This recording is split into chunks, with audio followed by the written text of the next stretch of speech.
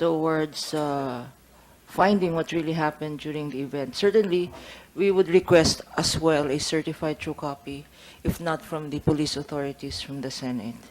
If I may add, Not just valuable information, valuable evidence. evidence, Your Honor.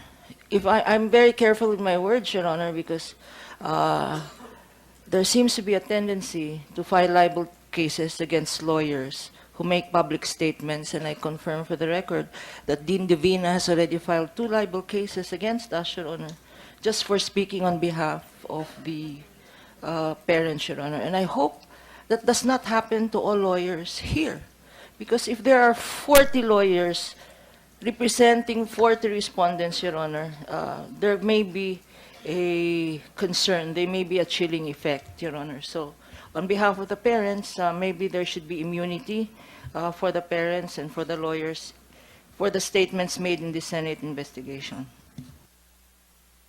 Okay. Senator Gatchalian. Thank you, Mr. Chair. To General Coronel, sir, noong October 2, nagpadala ho kayo ng letter requesting for technical assistance sa Philippine Cybercrime Group. Is that correct, General? Yes, Your Honor. And the letter pertains to a request from your office to provide technical assistance for the exploitation of information on social media accounts of the suspects involved in the death of Horacio Castillo III. Is that correct, Mr. Yes, Your Honor. General, can you give us a overview of what transpired after the technical assistance provided by the PNP Anti-Cybercrime Group? Yes, Your Honor. During the course of the investigation of this hazing incident, we were in receipt of several information, particularly social media communication or exchanges of information, which we believe to have been published or reported or communicated by members of Aejis Juris Fraternity members pertaining to the incident of the initiation and hazing of Horacio Castillo. So there were 2 threads which submitted to the Anti-Cybercrime Unit of the Philippine National Police for verification, authentication, and validation.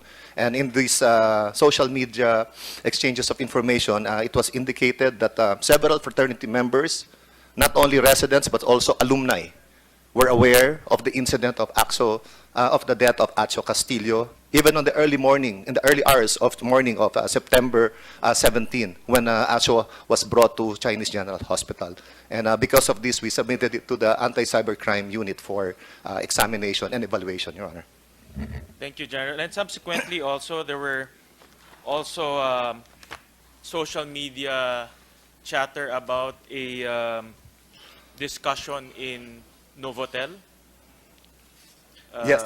General, I Yes, think Your that Honor. was also the subject matter of the letter that you requested from the Anti-Cybercrime Group. Yes, is Your that Honor. correct, General? Yes, Your Honor. Can you elaborate further on that account? Yes, sir. Apparently, social chat page or Facebook page was put up by members of the Aejis Juris Fraternity discussing the ways, means, and actions that they have to take regarding the investigation of Horacio Castillo. And we have monitored that several members of this fraternity met in a meeting at a Novotel Hotel purposely to discuss their actions to be taken in this investigation. Based on the exchange of communication from these fraternity members, it would appear that the tendency of the fraternity to conceal or to obstruct justice is very evident. When they would like to avoid at all costs investigation and prosecution of this case, Your Honor. General, isa-isahin ho natin. So, nakuha nyo information from Facebook chat messages. Yes, Your Honor. And you asked the Anti-Cybercrime Group to validate these chat messages. Yes, Your Honor. Sino-sino po yung mga nasa chat messages? We have submitted it to the For committee. the information Yes, of sir. Senator Gatchalian, we have a PowerPoint presentation of the Facebook chat that transpired, as you mentioned, sa Novotel, and andito yung mga thread nila. So, if you're ready, sige, proceed na muna. Thank you, Mr. Chair. I think it's better to look at the presentation, Mr. Chair.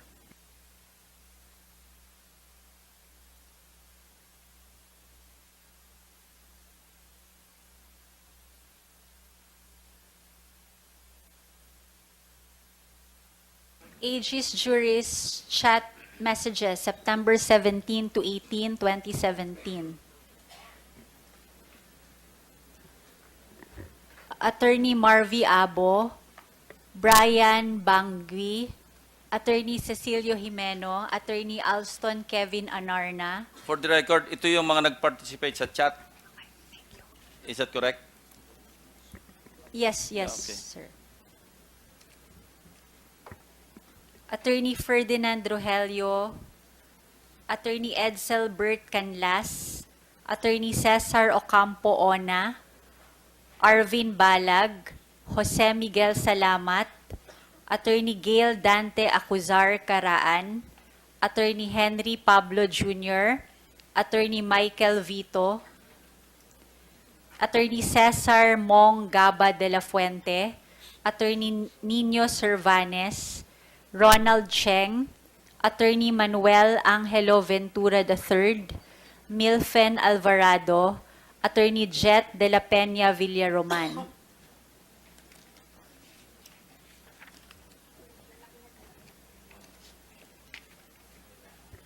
Mr. Chair? Yes. Mr. Senator Chair. Zubiri. Yeah, Mr. Chair, actually, the committee has been in receipt of this, what you call screenshots of this chat group that was, I believe, very active during the morning of Sunday.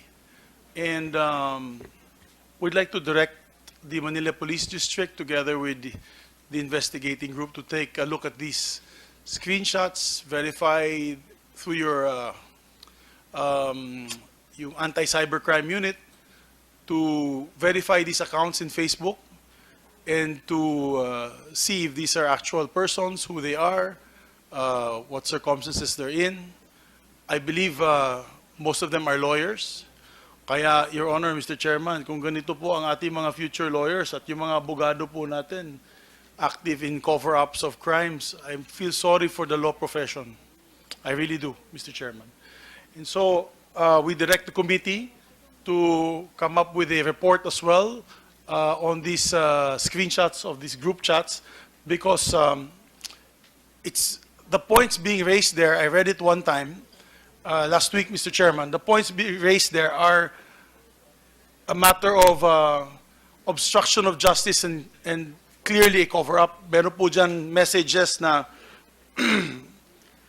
inuutusan po ang isang tao na i-erase ang CCTV footage, na bayaran kung kailangan bayaran yung barangay officials para makuha yung CCTV footage.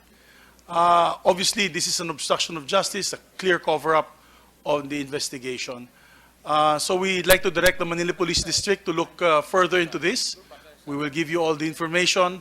Hopefully, truth will come out on this. General?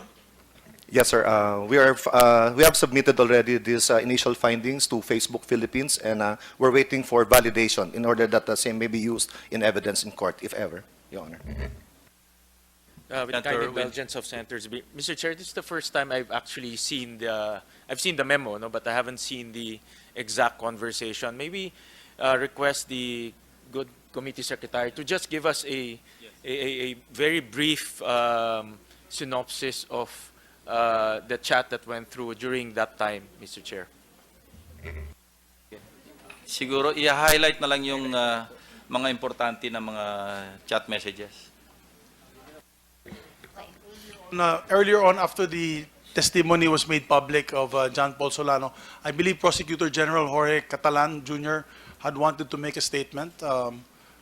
Attorney Catalan, do you wanted to make a statement earlier? You were raising your hands. Yeah, I am just requesting that a certified copy of this document be furnished so that we can forward it to the panel, and the panel would likewise evaluate and analyze the admissibility of these documents. Thank you, Your Honor. Mr. Chair, before we continue the discussion and look at the PowerPoint, General, can you give us a timestamp nitong conversation na ito para at least everyone's on the same page kung kailan po nangyari itong conversation na ito? It appears, Your Honor, that the conversation Can should... you just walk us through Yes, Your Honor. Familiar ka naman dito, di ba? As it Yes, is Your being Honor. presented, i-annotate mo na lang. Yes, Your Honor. It appears that the one being appearing on the screen was the one posted on sometime in the early morning of September 17, when the report of when Acho Castillo was already brought to the Chinese General Hospital, and that it was already confirmed that he's already dead. And also, if I may add, Your Honor, we have received this information only about sometime first week of October, and I'm relating this in the context that in the early part of our investigation, sometime on September 19 or 20, I understand that the Aegis Juris Fraternity came out with a statement saying that they will fully cooperate with the investigation of this case. In fact, in their statement, they promise full cooperation, and they're reaching out and still doing so to the family of the late Horacio Castillo. And that just like everyone, they would like to see justice to be served for the death of their brother Acho, and that they share the anguish of their parents. And that in that context, in that Aegis Juris Fraternity statement, we were hoping that they will come out and cooperate with us. I've already informed senior members of their fraternity, including the dean, that that's the objective of our investigation. But then, in light of the discovery of these chat messages, it appears that from Sunday, September 17, the objective of the Aegis Juris Fraternity is to cover up, conceal, to avoid and evade the prosecution of this case. So that is the context of these messages, Your Honor. Okay. Sir, this is, it consists of about 38 pages, 38 slides. In summary, sir, if I may.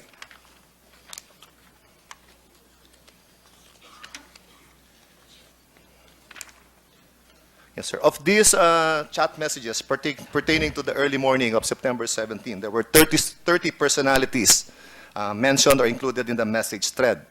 Of the 30 personalities, 19 of them attended the meeting at Novotel on September 17, 2017, purposely to discuss the actions to be taken by Aegis Juris Fraternity relating to the hazing incident leading to the death of Acho Castillo.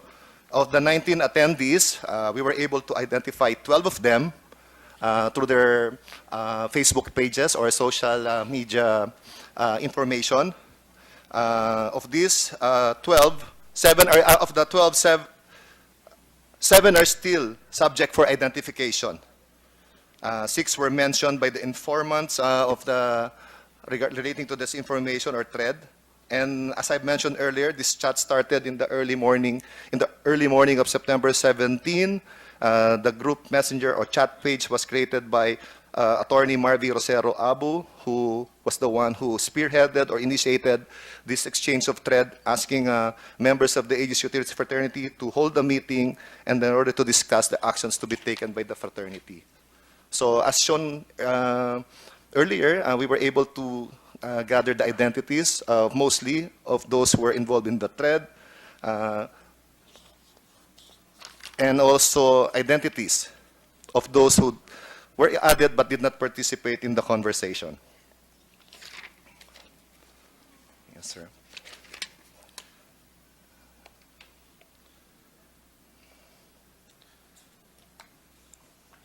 So mostly, if you're going to review each individual exchanges of communication between these Aegis Juris fraternity members, it would appear that they intend to cover up the incident, contrary to their announcement made on September 19, that they are willing to face the investigation and support the authorities in the conduct of the investigation. In fact, majority of them said that they will find ways and means to see that the evidence that will be gathered or recovered by the investigating authorities shall not be, will no longer be available to the PNP or to those who are conducting the investigation. And then, General, sandali lang. Yes, Your Can Honor. we go back one slide? The other slide, the slide before that. Nakalagay dun, may nakalagay-highlight dun na pinauwi. Ito, pinauwi ko na GP Arvin sa Subic. Nasa hospital na ang bata. Clearly, they know what had transpired, and they're clearly asking or guiding the GP, I believe Arvin Balag, to go to Subic Yes, and leave the scene. Yes, sir. And I think what is most relevant or material to our investigation is the post made by Mig Salamat or Mr. Salamat, saying that he was in possession of the cell phone of Acho Castillo at that time when these messages were being exchanged, and that according to him, that several calls have already been made by the parents of Acho Castillo to that phone, and they were hesitant to answer these calls. And it is true, it was confirmed by the parents of Acho Castillo that they've been trying to contact their son since Saturday evening and even the early hours of Sunday and even up to Monday, Your Honor. General, I'd just like to ask the parents of Ateo Castillo to confirm this, that they were making several phone calls at that time. Good morning. Yes, I was making several phone calls and texting my son starting Saturday evening pa lang, and then Sunday morning, Sunday early morning, and then Sunday morning before lunch. Because of course he told me that he's supposed to arrive before lunch. That was he promised. He promised to be home by lunchtime Sunday. But I was trying to call him up. He never answered his phone. He never answered his text. And I was texting those people in the flyer. I was calling them, but nobody was answering. I was looking for the whereabouts of my son because I was already worried. Nobody would even tell me where he is. Nobody helped. Nobody helped. You know, we found out Nobody helped. Monday, at 1 in the morning. Monday to, ha? 1 in the morning. Whoever texted me,